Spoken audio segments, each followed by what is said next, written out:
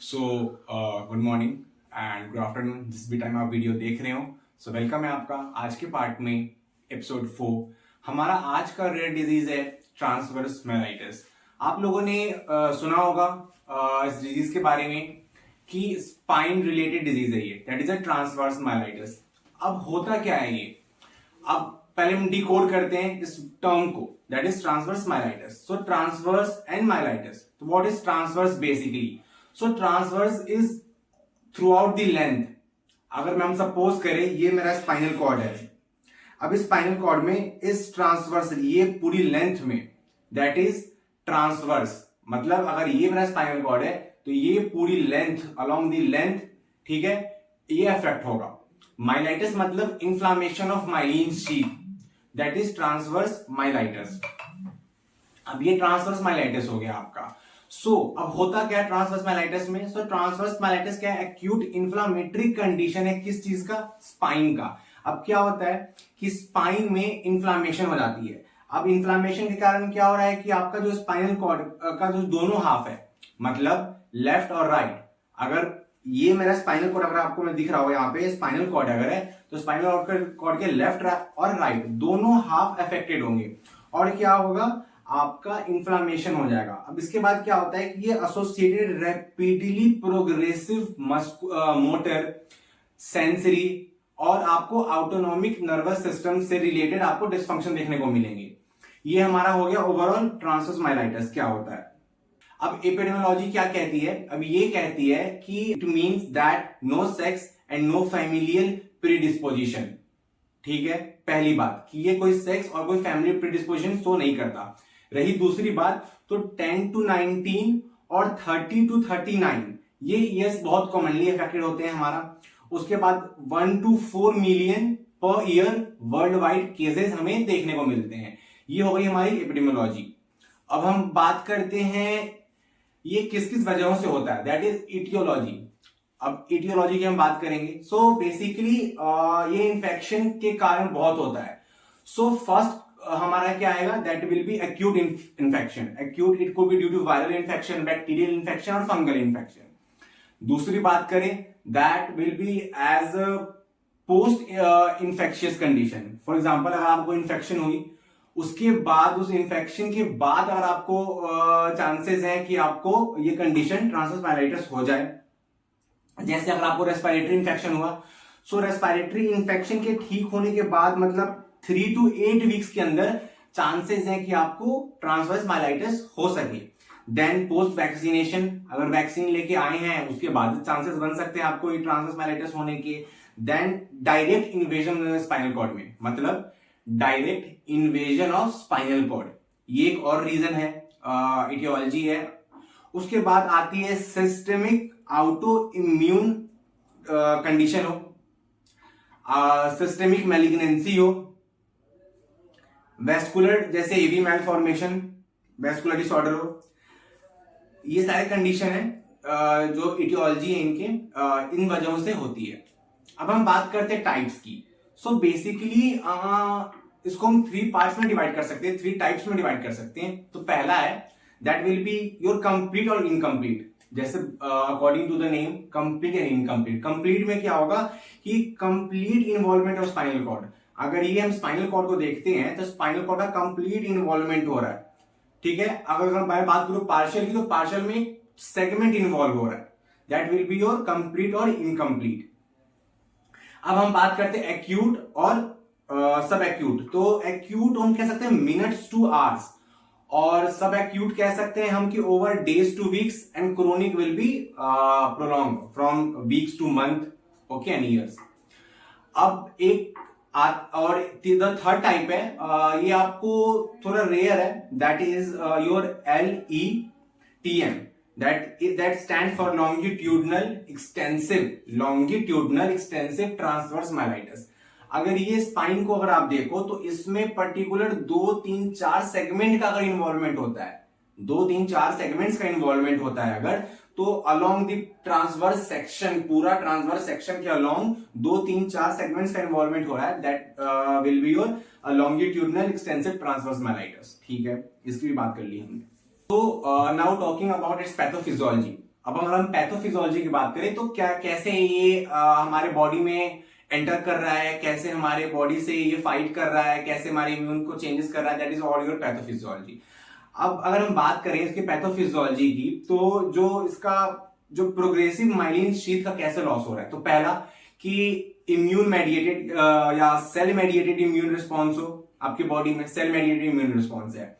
अब कैसा, तो ऑटो इम्यून, अपने इम्यून के अगेंस्ट सेल मेडिएटेड रिस्पॉन्स। तो आपको पता है, ठीक है, क्या होता है कि हमारी अपनी सेल्स हमारी इम्यूनिटी अपने सेल्स को एज अ फॉरेन पार्टिकल समझ के, एज अ फॉरेन इन्वेडर समझ के उसको बर्बाद करती है, खत्म करती है, नष्ट करती है, ठीक है।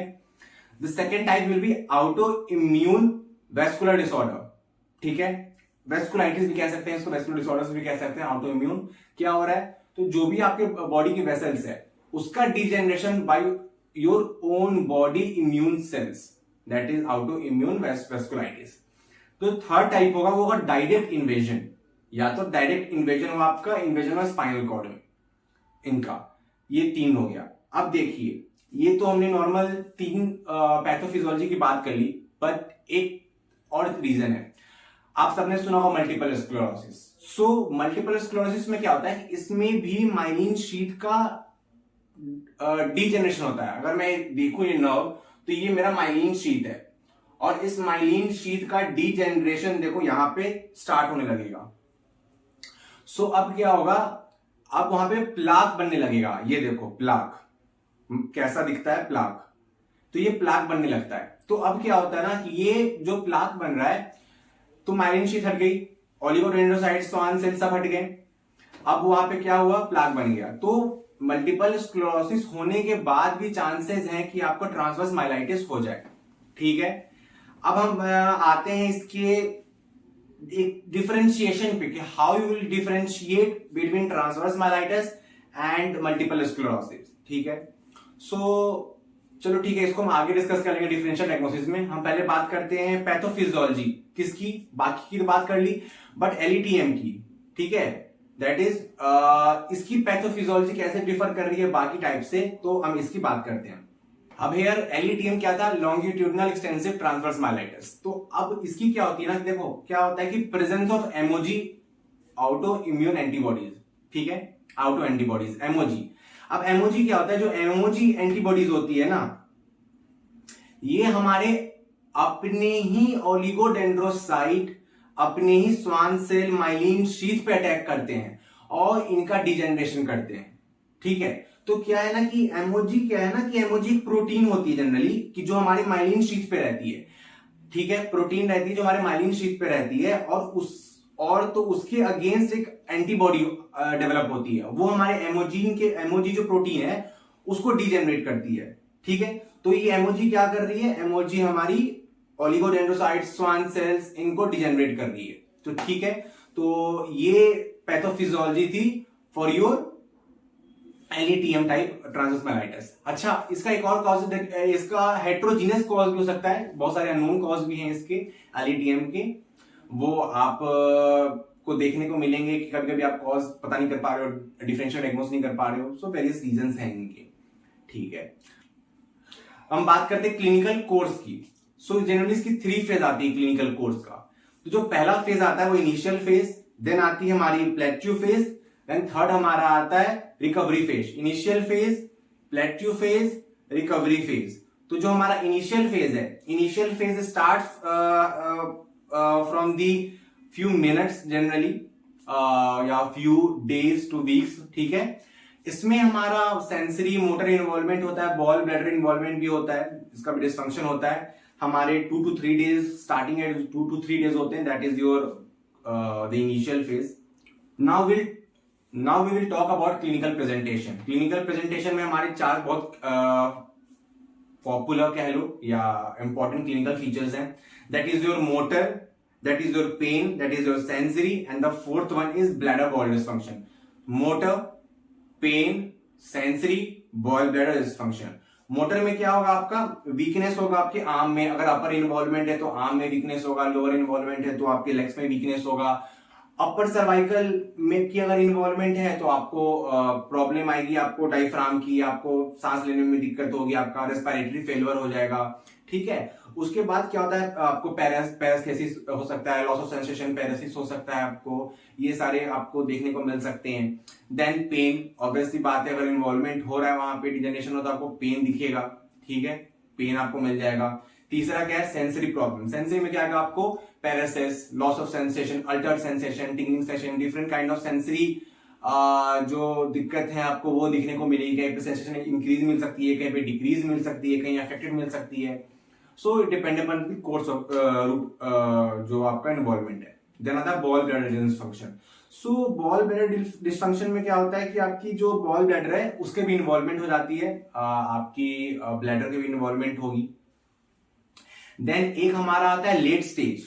तो लेट स्टेज में क्या होता है कि एएनएस की इन्वॉल्वमेंट हो जाती है। एएनएस के सिम्टम आपको मिलेंगे, जैसे आपको स्वेटिंग होना, आपकी ब्रेडिकार्डिया होना, आपकी प्यूपिल की साइज इन्वॉल्व हो जाना, आपको हेडेक होना। जिस लेवल पे आपकी इन्वॉल्वमेंट है, अगर मेरा जैसे मान के चलो कि L4 पे इन्वॉल्वमेंट है, तो L4 पे क्या होगा ना कि वैसो कॉन्स्ट्रिक्शन होगा L4 के नीचे, और L4 के ऊपर, अगर मेरा ये L4 है तो L4 के नीचे वैसो कॉन्स्ट्रिक्शन हो जाएगा पूरा, और L4 के ऊपर वैसो डायलेशन हो जाएगा। ठीक है, तो ये आपको दिखेंगे। आपकी कॉन्स्ट्रिक्टेड प्यूपिल मैंने बता दी, आपकी कॉन्स्ट्रिक्टेड प्यूपिल होगी, सॉरी आपकी डायलेटेड प्यूपिल नहीं, कॉन्स्ट्रिक्टेड प्यूपिल होगी। नेजल कंजेशन मिलेगा आपको, आपकी नेजल में कंजेशन आपको मिल सकते हैं, आपको विजन ब्लड मिलेगा, आपको ब्लड विजन मिलेगा। एंड चलो एक क्वेश्चन आप कमेंट करके बताना कि और किस केस में लेवल ऑफ इंजरी के नीचे वैसो कॉन्स्ट्रिक्शन होता है, ऊपर वैसो डायलेशन होता है और आपको कॉन्स्ट्रिक्टेड प्यूपिल मिलती है। ये आज का क्वेश्चन है, मुझे कमेंट करके बताना इसका आंसर। एंड आपको पाइलोडेक्शन होगा, that is called goose bumps, ये आपको दिखने को मिल सकता है। ओके, जो पेन की हमने बात की, जनरली पेन जो है आपकी शार्प शूटिंग आपको मिलेगी, मतलब आपके लेग्स में रेडिएट करेगी आपकी पेन, बैक में आपको पेन फील होगा। ठीक है, एंड डिपेंड अपन की आपको पेन का कैरेक्टरिस्टिक नेचर पेशेंट जो है डिफरेंट शो कर सकते हैं आपको। ठीक है, अब अगर हम बात करें ब्लैडर की इन्वॉल्वमेंट की, तो इनिशियली क्या होता है कि यूरिनरी रिटेंशन होगा। इनिशियली आपको ब्लैडर में यूरिनरी रिटेंशन देखने को मिलता है। लेटर क्या होता है, इनकंटिनेंस आने लगता है, धीरे धीरे इनकंटिनेंस में डेवलप होता है। Now we will talk about diagnosis. So diagnosis is the main part जो हमें बहुत अच्छे से करना है। सो हम पहले सीटी करवाएंगे। हमने सीटी के लिए पेशेंट को बोला कि पेशेंट सीटी लेके आओ। अब पेशेंट सीटी स्कैन के साथ आया। अब सीटी में हमें क्या देखने को मिलेगा ना, सीटी में हमें मिलेगा वेरिएबल इनलार्जमेंट दिखेगी हमें। अगर इन्फ्लामेशन है तो आपको वेरिएबल इनलार्जमेंट दिखेंगी, और आपको क्या देखने को मिलेगा, सीटी लेके आता है, हमने सीटी करवा ली, डायग्नोसिस का पहला सीटी स्कैन। सीटी स्कैन लेके आया पेशेंट, हमें क्या देखने को मिलेगा, सीटी स्कैन में हमें बहुत वेरियस इनलार्जमेंट मिलती है। ऑब्वियसली बात है, इन्फ्लामेशन है तो आपको इनलार्जमेंट दिखेंगी, और वेरियस आपको कॉन्ट्रास्ट इनलार्जमेंट दिखेंगी, मतलब आपको कॉन्ट्रास्ट वाइट वाइट चेंजेस दिखेंगे जहां पे इन्फ्लामेशन है, सीटी स्कैन है। अब हमने सीटी स्कैन करवा लिया, हमें थोड़ा सा शक हुआ तो हमने क्या बोला कि एमआरआई करवा के आओ। ठीक है, अब पेशेंट एमआरआई करवा के आएगा, तो अगर एमआरआई, इसको काट दो। ठीक है, अब मैं ये आपको दिखाता हूं सीटी स्कैन। ये देखिए सीटी स्कैन है। अब सीटी स्कैन में मैंने आपको टोटल 3 पार्ट दिखाए होंगे। आप देखो, आपको यहाँ पे वेरियस इनलार्जमेंट दिखेगा, आपको पैची दिखेंगे, आपको वो दिखेगा सेरिब्रल, आपको ये कॉन्ट्रास्ट इनलार्जमेंट आपको पैटर्न दिखेंगे आपको। अब ध्यान से देखो, ये सीटी स्कैन है।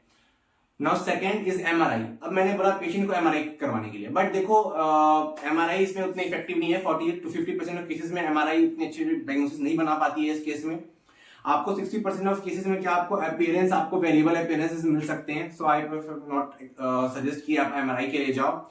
उससे अच्छा ब्लड टेस्ट कराओ। ब्लड टेस्ट में आप एमओजी एंटीबॉडी, ऑटो एंटीबॉडी देखो क्या लेवल है। एंटीबॉडी टेस्टिंग आपने करा लोगे, आईजीए की टेस्टिंग करा लो, आईजीए की टेस्टिंग कराओगे, ऑटो इम्यूनिटी टेस्ट करा लो, इससे आपको पता चल जाएगा। और lumbar puncture, another test is lumbar puncture. Lumbar puncture आप कराओगे तो आपको 2 चीज देखने हैं। तो पहला देखना है आपको कि प्रोटीन और ल्यूकोसाइट की एक्टिविटी बढ़ी है कि नहीं बढ़ी। अगर बढ़ी हुई है तो एक पॉजिटिव इंडिकेशन है। The second is elevation of the IgG index, IG और जी इम्यूनोग्लोबिन जी, इसकी हम इंडेक्स चेक करेंगे। ये भी आपको एलिवेटेड मिलेगी। अगर दोनों एलिवेटेड है, सीटी स्कैन पॉजिटिव है, एमआरआई का एमआरआई पॉजिटिव अगर आ रहा है, वहां पे आपकी अगर मैंने ब्लड टेस्ट कराया, ब्लड टेस्ट में आपका अगर आ रहा है कि एमओजी के आपने देख ली, एंटीबॉडी देख ली, ऑटो इम्यूनिटी देख ली, ये सब अगर आपका कोरिलेशन है एंड आपके सिम्टम्स मिल रहे हैं, सीएनएस इन्वॉल्व, मोटर सेंसरी और ANS involvement, then you can say that this is a case of transverse myelitis. Okay, differential diagnosis, अगर हमको इसको डिफरेंशियल डायग्नोस करना है मस्कुलर मल्टीपल स्क्लेरोसिस से, एमएस से, सो एमएस में क्या होता है कि पैची पार्ट्स में इन्वॉल्वमेंट होता है, लेफ्ट पार्ट, राइट पार्ट, आगे, एंटीरियर, पोस्टीरियर, पैची में, बट इसमें ट्रांसवर्स कंप्लीट यूनिफॉर्म इन्वॉल्वमेंट होती है। एक डिफरेंशिएशन हमारा मल्टीपल स्क्लेरोसिस से है, ठीक है। दूसरा है स्पाइनल कॉर्ड इन्फ्रैक्ट। अगर मैं बात करूं स्पाइनल कॉर्ड इन्फ्रैक्ट में, तो उसमें भी आपको इनलार्ज्ड वर्टिब्रा या डिस्क आपको देखने को मिलेगा, स्पाइनल कॉर्ड मिलेगा इनलार्ज्ड, ठीक है। और इसमें क्या दिखती है, स्पाइनल कॉर्ड इन्फ्रैक्ट में आपको आपको मल्टीपल वर्टिब्रल सेगमेंट आपको देखने को मिलेगा इन्वॉल्वमेंट। अब आपको स्पाइनल कॉर्ड इन्फ्रैक्ट को डिफरेंशिएट करना है ट्रांसवर्स माइलाइटिस से based upon the symptom, the investigation, the blood testing. आपको शायद स्पाइनल कॉर्ड इन्फ्रैक्ट में आपको वो ब्लड में और सीएसएफ में इंक्रीज ना मिले, तो ये आपको देखने मिलेगा। या आप कह लो इंट्रामेड्युलरी नियोप्लाज्म, इससे डिफरेंशिएट करना है। तो इसमें क्या होता है कि इनवेरिएबल स्पाइनल कॉर्ड का वो होता है, एक्सपेंशन होता है, एक चीज ये होती है। दूसरी क्या होती है, कॉमनली एसोसिएटेड होता है ये सिस्ट के साथ, आपको सिस्ट मिलेगा इसमें, उसमें सिस्ट नहीं मिलेगा, इसमें सिस्ट मिल जाएगा। सिस्ट के बाद आपको एविडेंस आपको मिलेगा एक सेरेब्रल हेमरेज का, आपको या प्रायर हेमरेज का आपको एविडेंस मिल सकता है, मतलब जिसका कोर्स है धीरे धीरे प्रोग्रेस कर रहा होगा, ठीक है। अब हम मेडिकल मैनेजमेंट क्या करेंगे, so now talking about medical management. तो मेडिकल मैनेजमेंट में सबसे पहला इन्फ्लामेशन कम करना है, तो आईवी कॉर्टिकोस्टेरॉइड चलाएंगे पेशेंट को, डेक्सामेथासोन चला दो, मिथाइल प्रेडिसोलोन चला दो। कितना चलाना है तो it depend upon the clinician, the neurologist जो सजेस्ट करते हैं, बट जनरली 3 to 7 डेज की डोज होती है इन कॉर्टिकोस्टेरॉइड्स की, that is methyl prednisolone and what was the second was the dexamethasone, ठीक है। प्लाज्मा एक्सचेंज थेरेपी कर सकते हैं हम, आईवी इम्यूनोग्लोबिन थेरेपी कर सकते हैं हम। पेन है, एनाल्जेसिक चला दो, आइब्रोफेन चला दो, या कोई भी एनाल्जेसिक चला दो आप पेन रिड्यूस करने के लिए, अगर हमको देना है तो। एंटीवायरल ड्रग चला सकते हैं, वायरल इन्फेक्शन है तो उसके लिए एंटीवायरल ड्रग चला देंगे। So this was all about the medical management. अब आपको कोई डाउट रह गया हो तो आप मुझसे 1-to-1 कांटेक्ट कर सकते हैं। मैं अपना ईमेल आईडी, मैं अपना इंस्टाग्राम की आईडी दोनों यहाँ डिस्क्रिप्शन में डाल दूंगा। You can personally message me on my Instagram, you can send me a mail. आप चाहते हो कि मैं इस पे और डिटेल बनाऊं या कोई पार्ट आपको समझ ना आया हो और आपको इसके रिलेटेड नोट्स चाहिए तो आप मुझे वो भी बता सकते हैं। And you can directly contact me over, you can directly reach out to me via my Instagram and मैं आपके जरूर मदद करने की कोशिश करूंगा। एंड नेक्स्ट टॉपिक आप किस पे चाहते हैं आप मुझे प्लीज कमेंट में बताएं, मुझे टेक्स्ट करें, मुझे इंस्टाग्राम पे डीएम करें। आपको जो भी डाउट्स हैं, जो भी नेक्स्ट टॉपिक पे वीडियो चाहते हैं, एनीथिंग, कोई डिजीज हो, कोई असेसमेंट हो पेशेंट का, कोई कंडीशन हो, फिजियोथेरेपी से रिलेटेड कुछ भी, anything you want me to share, you can reach out to me anytime. That's all. Thank you. That was Dr. Ashutosh for you. Thanks a lot.